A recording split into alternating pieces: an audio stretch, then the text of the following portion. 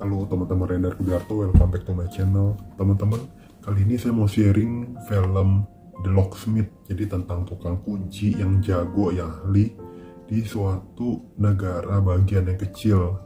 Negara bagian, kemudian ada kota kecil gitu. Jadi di atasnya kota kecil itu ada kepolisian negara bagian. Ini ada hubungannya dengan polisi.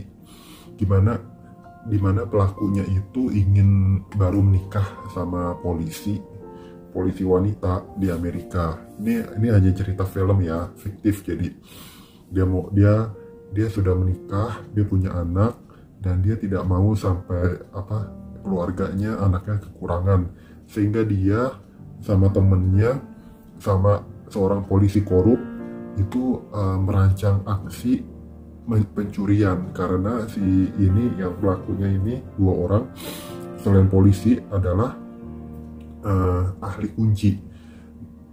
Waktu melakukan pencurian itu, ternyata di dalam uang yang dicuri itu, waktu berangkas bisa dibobol, ada getaran, ada alat detektor getaran yang akan memancarkan sinyal ke kepolisian begitu uang itu dicuri.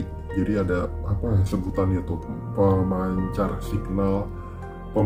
signal portable yang getar, jadi kalau uang itu di ini aktif ngirim signal. Nah, si polisi korup itu nggak mau menyelamatkan dirinya sendiri, sehingga kawanannya dia yang di dalam itu yang lagi merampok, satu orang ditembak, dibilang bawa senjata.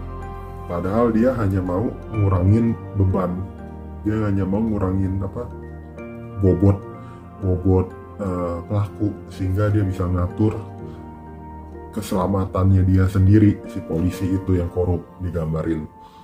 Oke, akhirnya pencurian satu lagi yang rekanan si polisi itu sebetulnya ditahan 10 tahun. Oke, jadi istri dari yang ditangkap itu, si tukang kunci itu, istrinya polisi juga, tapi nggak bisa apa-apa karena lingkarannya dia, selain atasan aman, baik, tapi sekeliling dia itu polisi korup yang petingginya, digambarin begitu. Ini fiktif.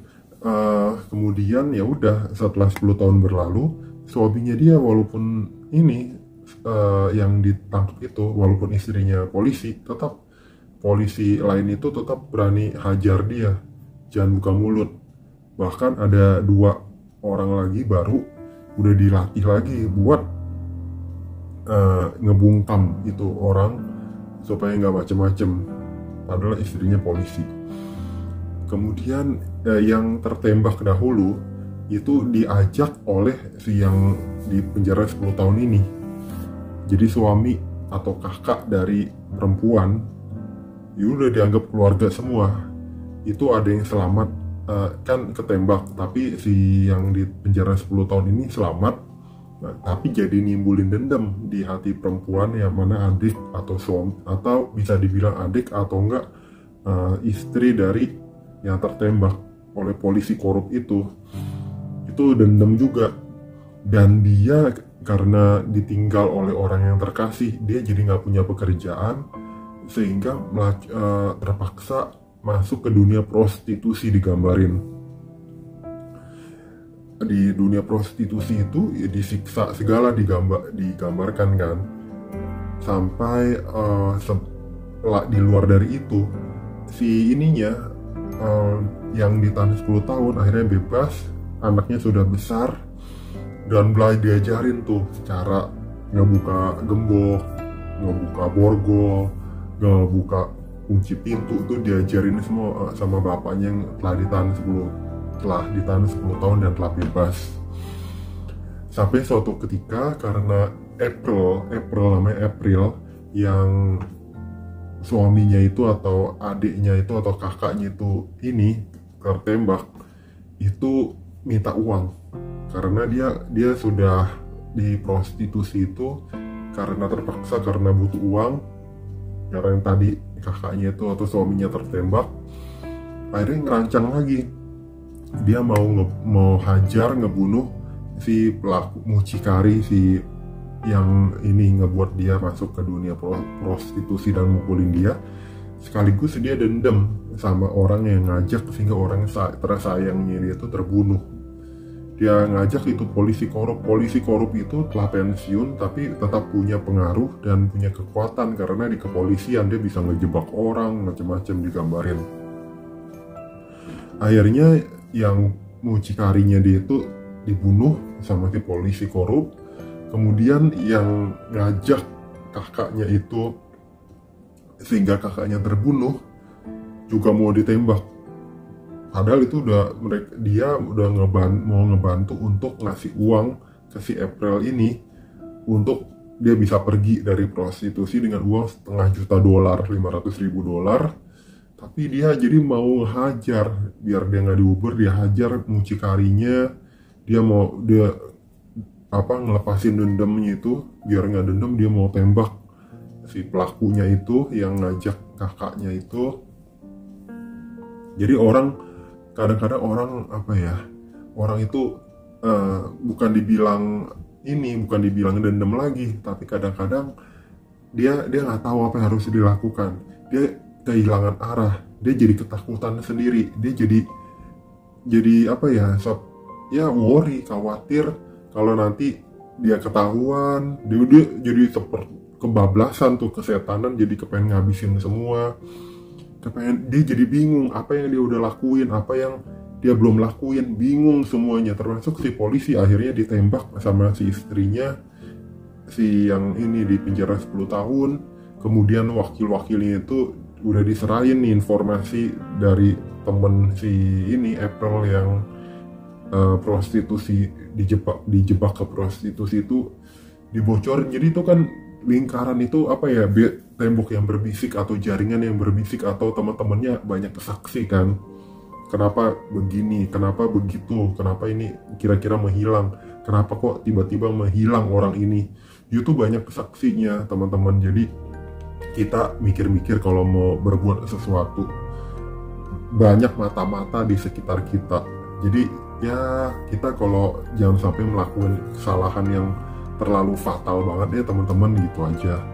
Kalau kita ada sesuatu yang kita bisa selesaikan secara baik, jangan sampai bermasalah, mendingan kita cari aman, jangan sampai melakukan kejahatan yang berat atau enggak kesalahan yang kecil-kecil lah, atau enggak ya misalnya kita punya hewan peliharaan kita bawa jalan, dia misal pup di mana, itu kan minor sebetulnya kan. Ya kita rada tahu diri aja, jangan sampai terlalu ngerugin orang kayak gitu.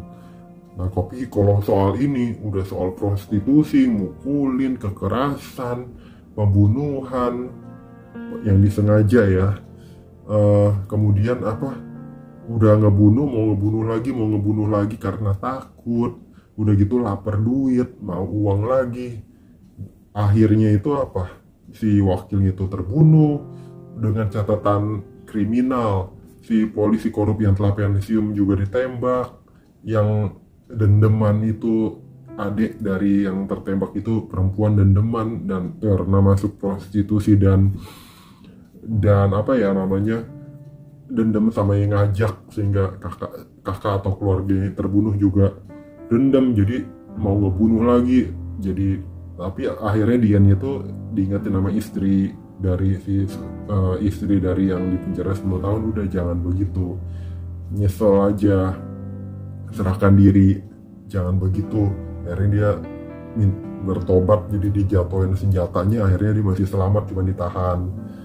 Terus polisi korupnya itu ya masuk ke polisi negara bagian, di atasnya lagi tuh kota kecil di suatu negara bagian gitu teman-teman. Jadi di end-nya itu udah itu anaknya itu kan belajar buka kunci nyatu lagi keluarganya balik karena niat baik ingin menyatukan keluarga. Dan pesannya itu si yang di penjara 10 tahun itu dia rela melakukan, saya tahu nih istrinya kan polisi, dia sampai bilang istri si polisi ini yang ke suaminya yang ditahan 10 tahun, saya tahu itu kamu itu saya milih kamu dulu karena saya tahu kamu rela melakukan apapun untuk memberi yang terbaik ke orang yang tersayang. Makanya dia sampai rela melakukan pencurian walaupun itu nggak benar, tangkap, dia tanggung jawab, tapi udah yang salah jangan dilakukan lagi, karena yang si istri terima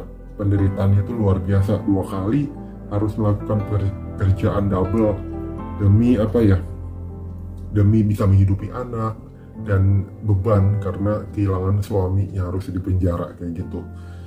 Itu teman-teman, jadi intinya apa ya, kalau kita berbuat salah itu cuma seperti bom waktu, karena ada banyak saksi, kemudian kita akan dihantui kesalahan, dihantui seperti ada yang ngejar-ngejar kita di belakang. Ayo loh, nanti ada yang lihat. Nanti kalau kita sudah berpikir nggak ada yang lihat, nanti ada lagi masalah apalah, masalah kecurian, nanti masalah ada orang yang ngadu, entar ada masalah rugi, entar ada masalah kematian, masalah sakit, masalah macam-macam berentet. Jadi sebetulnya hidup itu sama aja, mau orang kaya, mau orang susah, lagi mau orang miskin, mau orang yang lagi berusaha, semua sama aja, semuanya bermasalah. Tinggal kita itu nanti bisa nyelesain masalahnya itu secara baik atau secara orang jahat atau gimana gitu, itu pilihan kita. Jadi lakuinnya saja yang terbaik secara bijak, gitu aja teman-teman inti pesannya. Anaknya waktu udah dia bahagia, nangis, keluarganya bisa bersatu lagi, main pianonya bagus, perkembangan anak juga gitu, tahu keluarga bersatu lagi juga jadi bahagia. Jadi semua seperti efek domino, kita melakukan kesalahan apa itu ada dampaknya, kita melakukan kebaikan apa ada dampaknya, kita lagi kesusahan apa semua ada berdampaknya saat kita bisa melewati suatu masalah. Itu aja inti film ini. Semoga bermanfaat. Jangan lupa subscribe, like, share, komen. Sampai jumpa di video-video saya lainnya. Bye bye teman-teman.